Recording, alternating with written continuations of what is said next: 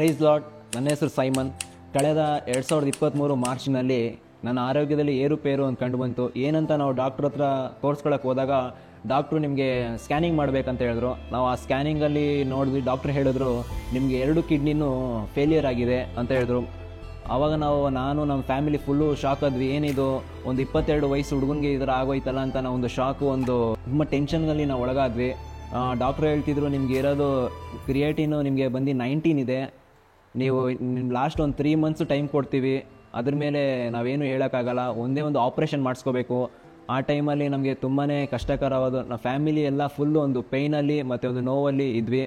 ಆ ಟೈಮಲ್ಲಿ ಡಾಕ್ಟ್ರ್ ಹೇಳಿದ್ರು ನಿಮಗೆ 2 ಆಪ್ಷನ್ ಕೊಡ್ತೀನಿ, ನೀವೊಂದು ಡಯಾಲಿಸಿಸ್ ಮಾಡಿಸ್ಕೋಬೇಕು, ಇಲ್ಲಾಂದರೆ ನೀವು ಕಿಡ್ನಿ ಟ್ರಾನ್ಸ್ಪ್ಲಾಂಟ್ ಮಾಡಿಸ್ಕೋಬೇಕು. ಆ ಟೈಮಲ್ಲಿ ನಾವು ವೀಕ್ಲಿ ಟ್ವೈಸ್ ನಾನು ಡಯಾಲಿಸಿಸ್ ಮಾಡಿಸ್ಕೋತಾ ಇದ್ದೆ, ಒಬ್ಬನೇ ಹೋಗಿ ನಾನು ಅದು ಡಯಾಲಿಸಿಸ್ ಅಂದರೆ ಸುಮ್ಮನೆ ಅಲ್ಲ, ಒಂದು ಬ್ಲಡ್ ನಮ್ಮ ಬಾಡಿಲಿರೋ ಒಂದು ಬ್ಲಡ್ನ ಪ್ಯೂರಿಫಿಕೇಷನ್ ಮಾಡೋದು. ಆವಾಗ ನಾನೇ ಗಾಡಿ ಓಡಿಸ್ಕೊಂಡು ಡಯಾಲಿಸಿಸ್ ಮಾಡಿಸ್ಕೊಂಡು ಆವಾಗ ನನಗೊಂಥರ ಫೀಲ್ ಆಗ್ತಿತ್ತು, ಯಾರೂ ಇಲ್ವಲ್ಲಪ್ಪ ನನ್ನ ಜೊತೆ ಅಂತ.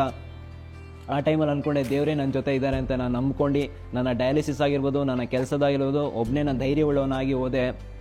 ಅದೇ ಸಮಯದಲ್ಲಿ ನನಗೆ ಸ್ಪಿರಿಚುವಲ್ ಗ್ರೋತ್ ಆಗಿರ್ಬೋದು, ನನ್ನ ಸೇವೆಯಲ್ಲಿ ಒಂದು ವರ್ಷಿಪ್ ಮಾಡೋದಾಗಿರ್ಬೋದು, ಒಂದು ವಾಗ್ದಾನ, ಎಲ್ಲಾದರೂ ದೇವ್ರು ನನ್ನ ಹೆಚ್ಚೆಚ್ಚಾಗಿ ಬೆಳೆಸ್ಕೊಂಡ್ರು.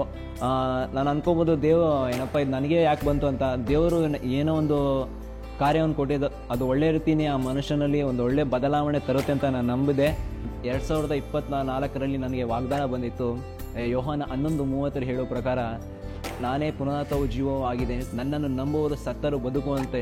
ಆ ವಾಗ್ದಾನ ಕೊಟ್ಟಿರೋ ಪ್ರಕಾರನೇ ದೇವರು ನನ್ನ ಜೀವಿತದಲ್ಲಿ 2024 ಫೆಬ್ರವರಿಯಲ್ಲಿ ನನ್ನ ಜೀವಿತದಲ್ಲಿ ಒಂದು ದೊಡ್ಡ ಅದ್ಭುತವನ್ನು ಮಾಡಿದ್ರು. ಇನ್ನೊಂದು ಏನಂದರೆ, ಎಷ್ಟೊಂದು ಜನ ಒಂದು 5 to 6 years ಕಿಡ್ನಿಗೋಸ್ಕರ ವೆಯ್ಟ್ ಮಾಡ್ತಿರ್ತಾರೆ. ಆದರೆ ದೇವರು ನನಗೆ 1 ವರ್ಷನೂ ಇಲ್ಲ, 11 ತಿಂಗಳಲ್ಲಿ ನನಗೆ ಒಂದು ಕಿಡ್ನಿ ಟ್ರಾನ್ಸ್ಪ್ಲಾಂಟ್ನ ಒಂದು ಅತ್ಯುತ್ತಮವಾಗಿ ನಡೆಸ್ಕೊಂಡು, ನನ್ನ ಸ್ವಂತ ತಂದೆನೇ ನನಗೆ ಕಿಡ್ನಿ ಡೊನೇಟ್ ಮಾಡಿದ್ರು.